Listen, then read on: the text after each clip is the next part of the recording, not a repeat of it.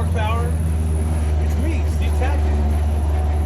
And I'm cruising down the dirty back home right now. Had to go to the store to get some supplies because I got a lot of work to do today and tomorrow. So I'm heading home right now. I'll show you what we got.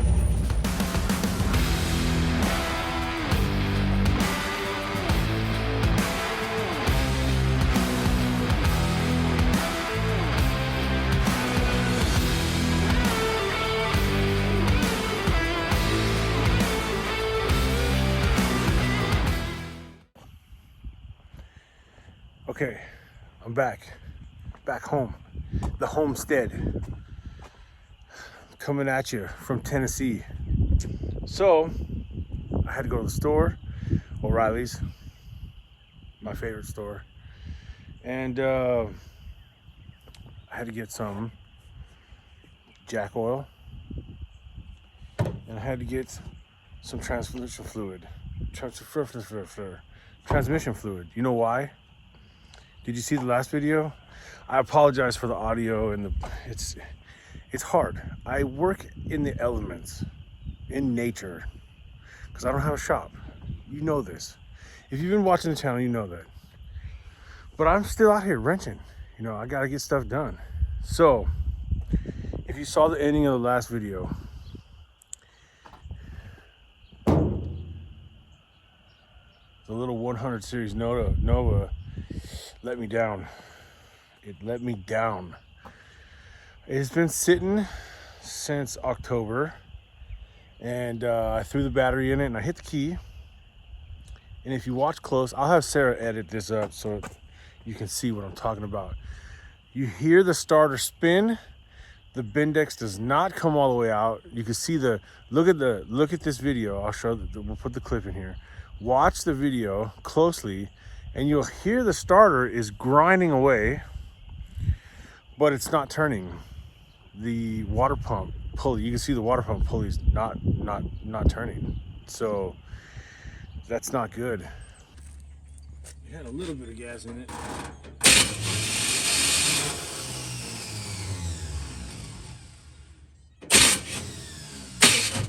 So I believe I destroyed the gears on the starter and probably a few teeth on the Flexplate. So, you know what that means? That's right. We get to pull a transmission in the driveway. Oh yeah. I don't have a shop or a lift. So, yeah. I need my jack. That's what the jack oil is for. I need my jack to go all the way up, as high as I can get it, because we got to get underneath this thing today. I want to pull the transmission back, drop the starter, pull the flex plate. I got those parts. They're already here. I'm not gonna lie. Pulling the transmission in a first gen Nova is not fun. The bell housing bolts are about this close to the firewall. It's great. And laying on the ground all day. It's gonna be a dirty poncho kind of day. You know, keeps you warm, and you know, it's better, more comfortable on the concrete. So, enough talking. I'm gonna get you in here, and we're gonna pull a transmission today. I need this engine to run and fire up and crank, and we're gonna get this car running and driving. You know, I want to drive this thing. Most of all, I want to race it. The weather is getting nice, so the track's gonna open back up, and I want to start taking these cars to the track one at a time every week. Why not? Friday comes, the track is 13 minutes away. So Etheridge Motorsports Park, it's 13 minutes that way. So I want to take this car out there.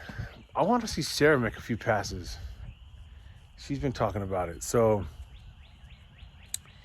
we need this car running. So let's get to work.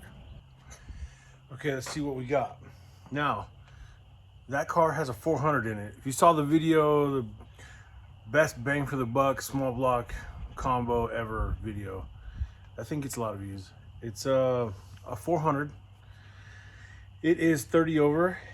It has 5.7-inch rods, but it still has the stock style crankshaft, which is externally balanced. So that's important. When you order your Flexplate, you got to get it externally balanced. This one is the Hayes SFI chromoly. Whoa. Yeah, we're going big time. We're not playing around today. We're gonna fix this once and for all. So, Flexplate and a Powermaster starter. Okay. Sounds like it comes with bolts and everything. Thank you, Summit. Awesome. They came in yesterday. Got everything I need. So, let's fill the jack up with oil. Oh, put the poncho on. We need the poncho. The dirty poncho. Does anybody know, are these machine washable? It's like a burlap sack. Is that machine washable? What happens if I throw this in the washing machine? Will it just go poof and clog up the brand new washing machine we got? Sarah would be seriously upset with me. So anyway, I don't know if these are machine washable or not. If you ever have a chance to buy these from the side of the road, do it. Do it. Trust me, you'll thank me. But all right, let's get to work. So before I jack it up, actually, I want to make some room and probably get the top bell housing bolts out first while it's down low, so I don't have to reach so hard. And so I'm gonna pull the air cleaner and the valve covers first.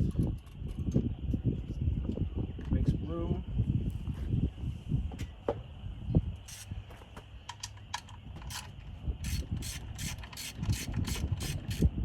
And hopefully get those bell housing bolts, at least the top ones.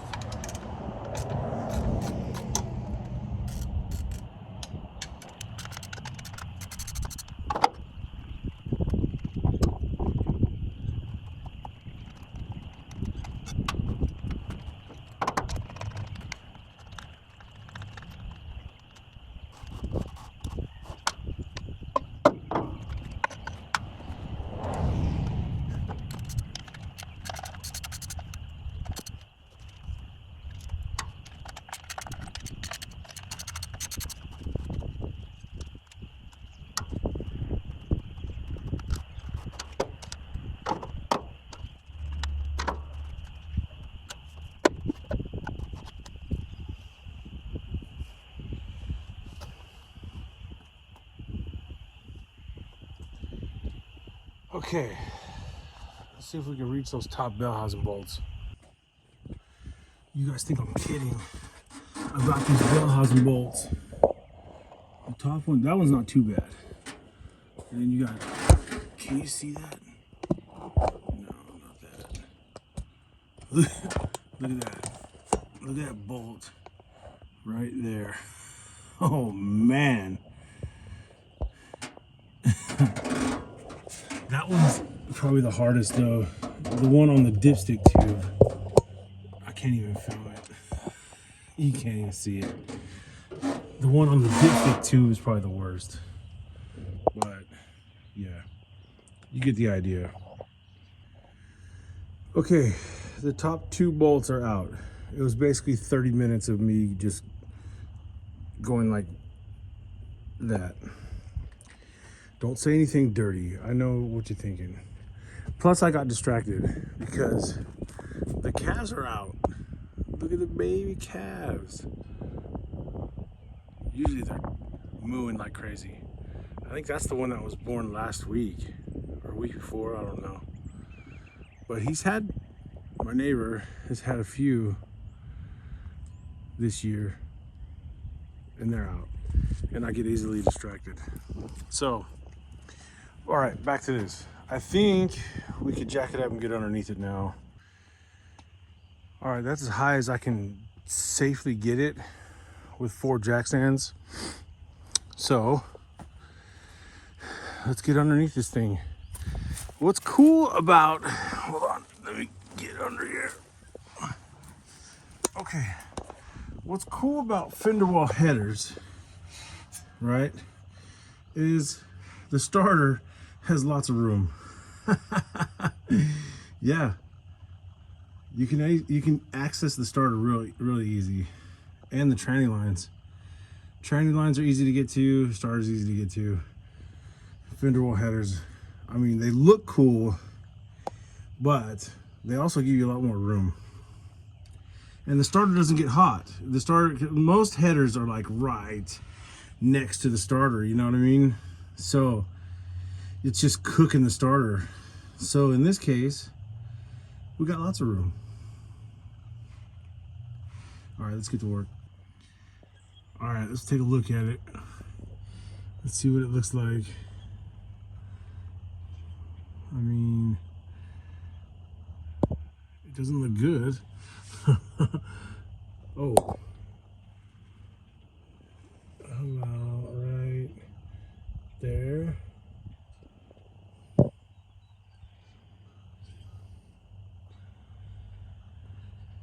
Yeah, they all look pretty chewed up, but I think there's one spot in particular that's really chewed up. I don't know. I'd hate to try and save it, you know what I mean, and put a new starter on here and then ruin a new starter because this flex plate, I don't know if you can see this one. That doesn't look good. It's hard to see in the camera, but yeah, it doesn't look good. Let's drop the starter and look at that. Okay, starter's out. The teeth don't look great. They don't look that bad, but they don't look great. What's interesting though is, I don't know if you can see this. I'll try. Watch this. What? Oh, right, it's right there. Can you see that? There's a lot of movement on that. It's pretty sloppy. I don't know. I don't know. I don't like it. I'm just double checking the flex plate. There's a few teeth that are pretty bad. I don't know. Would I be a bad person if I just put the starter in and tried it? I don't know. Yeah. Fine. I'll pull the transmission. God. Okay, drive shaft is pulled. I think next we're going to take the torque converter bolts out, push the torque converter back, and then pull that transmission cross member, then the last of the bell housing bolts, and we'll push this thing back, hopefully just enough to get my hands in there to get that flex plate out and pop the new one in. So I'm cruising right along. All right, transmission line's disconnected, torque converter is loose, the rest of the bell housing bolts are out. Nothing holding it up right now is the cross member. So let me get the jack underneath it. I'll drop this cross member. Hopefully this thing will shove back enough that we can get that flex plate out of there. All right, we're in the money now. I can finally get to those bolts and get this old one off. So Let me bust that off real quick and then we can see how bad it really is. Yeah, I'm glad I didn't attempt to use the new starter because it's pretty bad. Hold on. There's a couple that are just missing. Well, now I can't find, there we go. There's a couple that are bad, real bad. Oliver, it's me. What's this?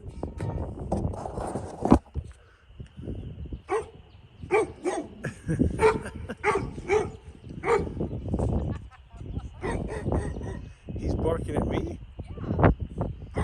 You better get your eyes checked. Come here. Come here. What are you barking at? Huh?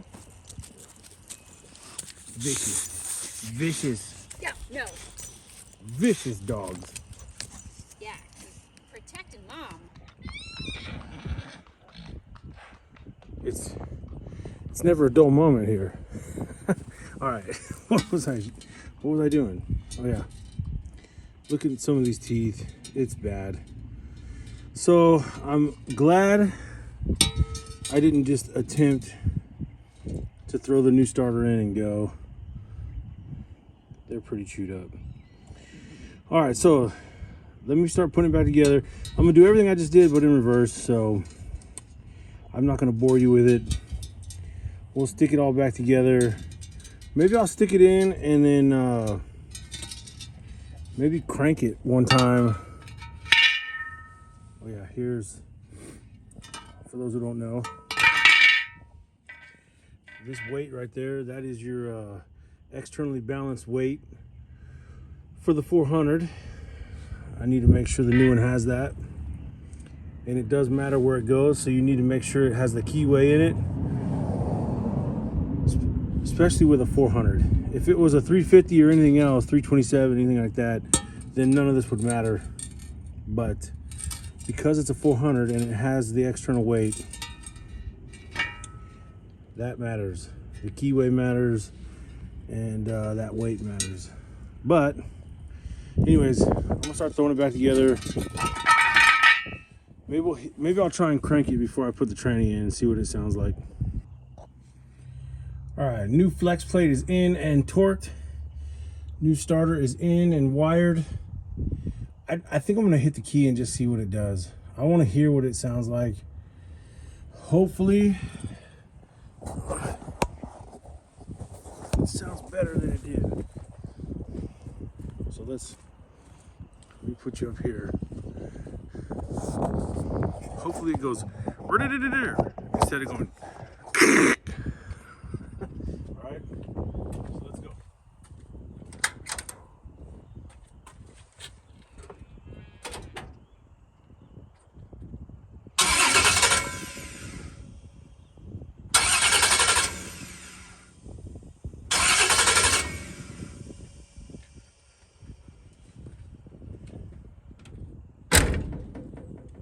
Sweet.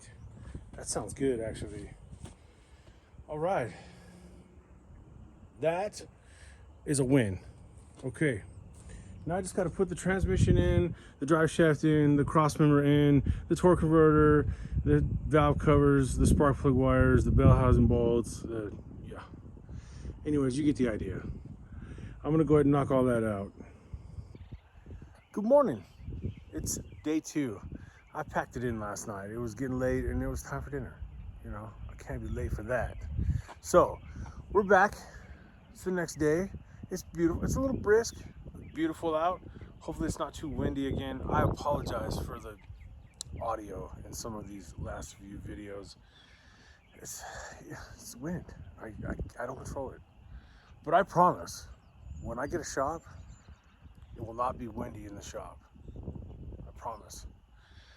Anyways, today we got to finish this transmission install, get the tranny back in, hook up the tranny lines, torque converter, drive shaft, valve covers, spark plug wires. There's a few things to do, and then we will know if it's gonna crank up and fire up, and it's gonna be great, and we're gonna be happy. It's gonna be a win. I have faith. You have faith? I have faith. So this thing will be running today. All right, let's get to work. Okay, so last night before we went inside, I had Sarah come out here and she operated the jack and I operated the muscle, I guess, to finagle this thing back into place. And we got the bottom bell housing bolts in, and then we stopped. So it's hanging on right now by the bottom bell housing bolts, and that's as far as we got. So let's see if I can't finish this thing off and hear it run.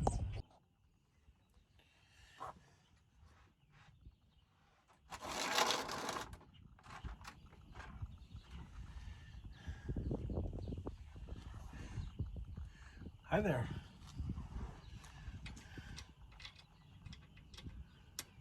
I'm just putting in torque converter bolts. What am I doing?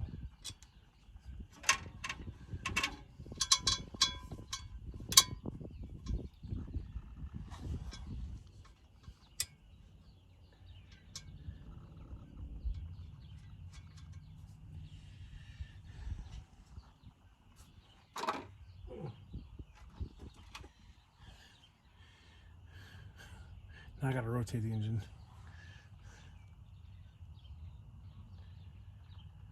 Do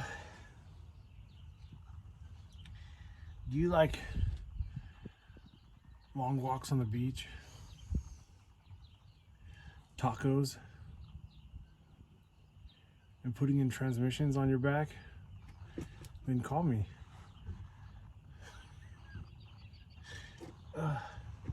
You never want to you put the torque converter bolts in, you always leave them loose. Always leave them loose until you get them all started.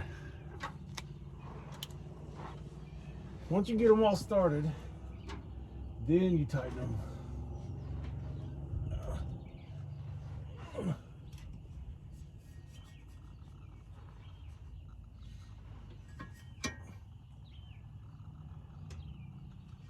Otherwise, you'll get to the last one and you won't be able to get it in.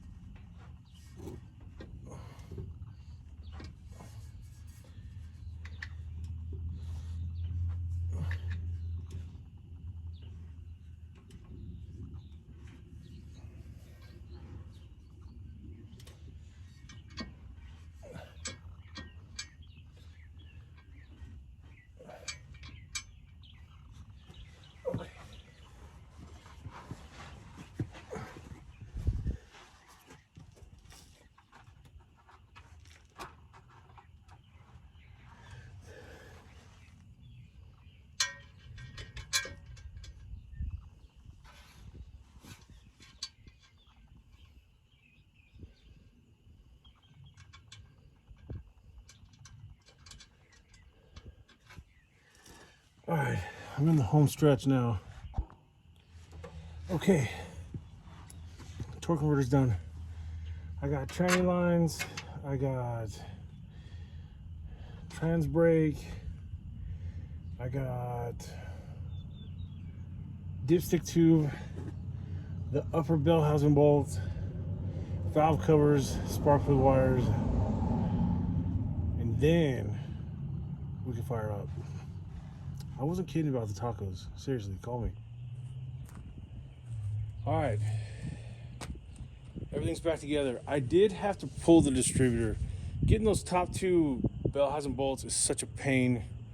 I was trying to get, I was just tired of fighting with it. So I pulled the distributor. So I hope the timing is good. I don't know yet. I'll have to check it. You throw some transmission fluid in this thing. And then I'll probably go get Sarah. Because the carburetor didn't want to cooperate either. And since there's no throttle right now, I gotta have someone crank it for me. You know.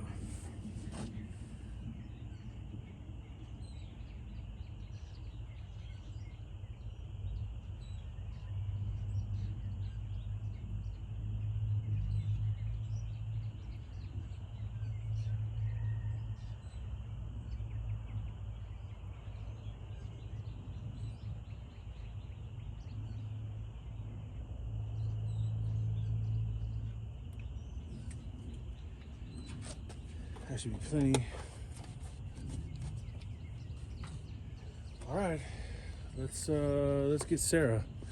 See if she'll come and help us. Okay, I got Sarah. Say hi, Sarah. Deja vu from last weekend. I know. All right, starter's in, everything's done. Jump in it. Double check I'm in park.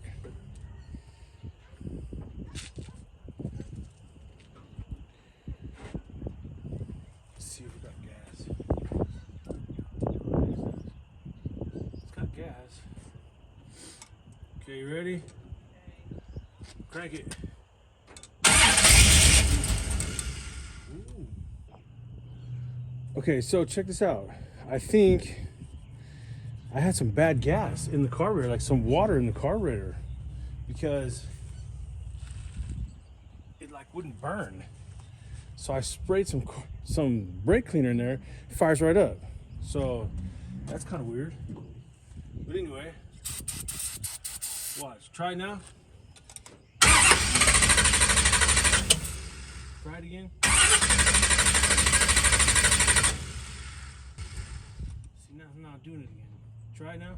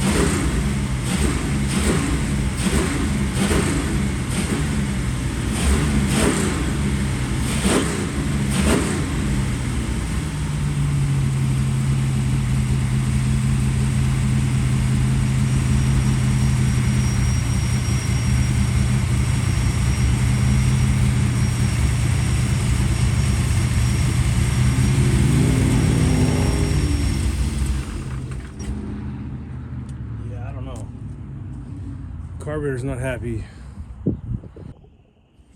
Well, before I blame the carburetor for everything, I want to double check timing And then, I don't know, we'll see what's going on with this thing. Hopefully. I did pull the distributor, so maybe it's not perfect. So let me check that. Okay, we're on a side mission now. So I'm gonna try an experiment here.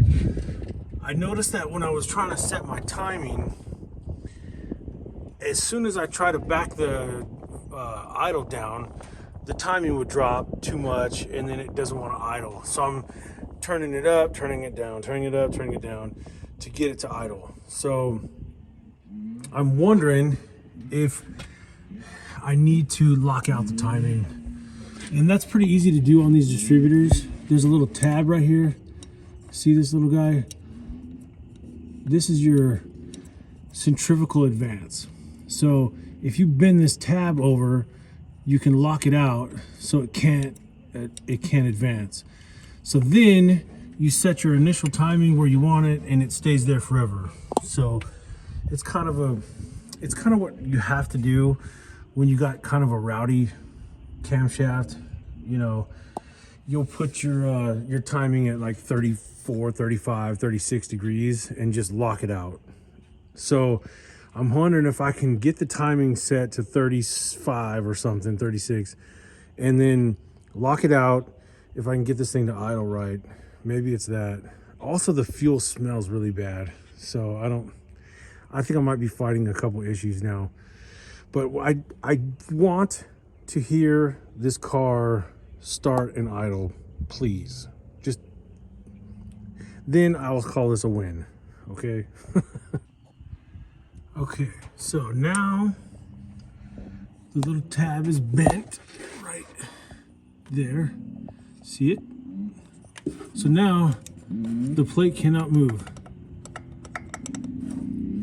So the distributor cannot advance. So let's put it back together and see what it does.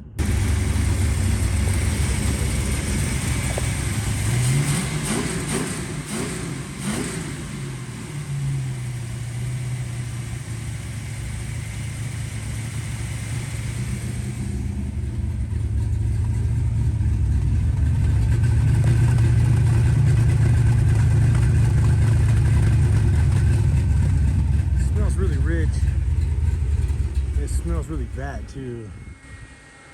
Like the gas stinks. So I might have another issue.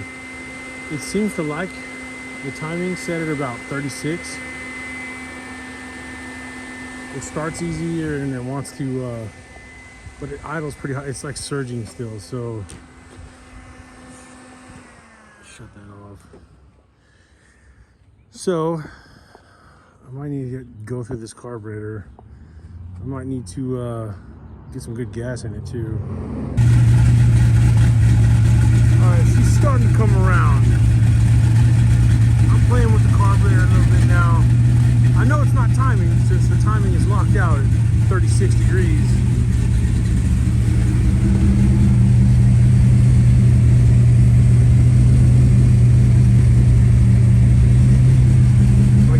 I can't, the idle is surging between like 1100, 1500,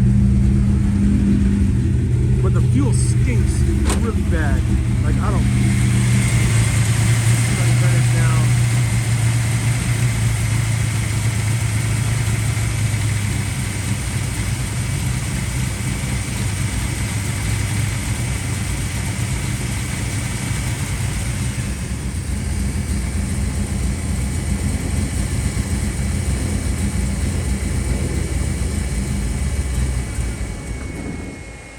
As soon as it gets down to like below 1200, it dies. I don't know. I need to play with this carburetor, but I don't really know where I got this carburetor.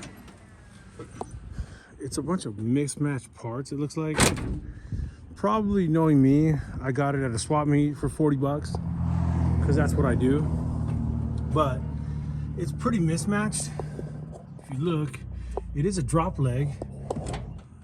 But look, I don't have rear idle set screws, so I don't have four corner idle, so I can only play with the front. The rear, all I can do is open and close the butterfly slightly. But if you open it too much, then you get off of the, you know, the idle circuit, and then you're on the main metering circuit. So it wants to, I think that's what's causing the fluctuation. So I don't like this. I don't think this is the right metering block for this carburetor. I don't know. I've never seen, correct me if I'm wrong, but I don't know if a drop leg carburetor like this, I mean, they've all the ones I know of have 4-corner idle. So let me see if I got a different metering block or a different carburetor we can miss and match and see if we can come up with something better. But that doesn't explain the fact that it stinks really bad. Like I mean, we had a lot of trouble starting it. I mean, like the fuel got water in it or something. I don't know. Anyways, I need to start cleaning up. Well, I don't know about you, but I feel like I just did 12 rounds. Between me and this car, I don't know who, I think it's a draw. I don't know if I won or not, but it definitely cranks nice, because I've been cranking this thing for like 2 hours now. So the starter is broken, trust me. That thing, we got to remind Sarah to put the part numbers in the description. That's a good starter in Flexplate. The Flexplate, especially when I took it out of the box looking at it, I should have filmed it better. Like the welds and it's like laser cut. It's nice. The edges nice and smooth. You can tell it's not just stamped steel. Like, it's a nice part. I guess you get what you pay for. So I want to put those part numbers in the description. I highly recommend them. That's a good starter and a good flex plate, and it's definitely cranking this thing over easy. And this is a 406 with a decent amount of compression and a roller cam. So take that information as you will. But yeah, the carburetor, I think I'm down to fuel issues now. It wants to idle at about 1300. If I try to go below 1200, you saw it just dies. So I could try to open up the rear butterflies a little bit more and close the front butterflies. You're trying to do this little dance. And but like I said, I don't want to mess with the rear too much because I don't have any control over the idle circuit. So it's usually not a good thing. On a carburetor like this, it should have 4-corner idle. Am I right? Help me out here. So we either need to change the metering blocks around on this, maybe I got something in there, or maybe I just try. Sometimes it's better to just get a carburetor off something that you know runs, like maybe the Blue Wagon. Throw it on here and, you know, see how it does. Maybe we try that next weekend. I don't know. But we're close. We're close. I need to get a set of front rims. I'm looking for a set of welds. No stars. I need some 5-lug Chevy pattern skinnies for the front of this thing, and then get an alignment. And this thing would be pretty fun. We can start putting some miles on it. So stay tuned for that. You know, we'll see what we can do next weekend. Maybe we tune on this a little bit. There's also another issue we need to address that it's bad. I don't even want to tell you. I'm embarrassed to even mention it. So next week, I might be ready to tell you guys what's going on, and it has to do with the green Chevelle, and it could be catastrophic. Maybe it's nothing. Maybe it's catastrophic. I don't know. Is the Toyota Camry? Is the Toyota Camry gonna give up on me? I don't know. I don't know. So we'll talk about it next week. I don't want to. It's too soon. I can't right now. So please hit like, hit comment, subscribe, all that stuff. It really helps me out. I do the comments, so say hi, dude. I will respond to you. But yeah, I like hearing from you guys. So that's it. I think I'm tapping out. 12 rounds, laying on the concrete. I'm not a 20-year-old anymore. I'm definitely feeling it. Laying on the ground, putting a tranny in, you know, it's not easy. But we still get it done. We still get it done. Anyways, till next time, see ya.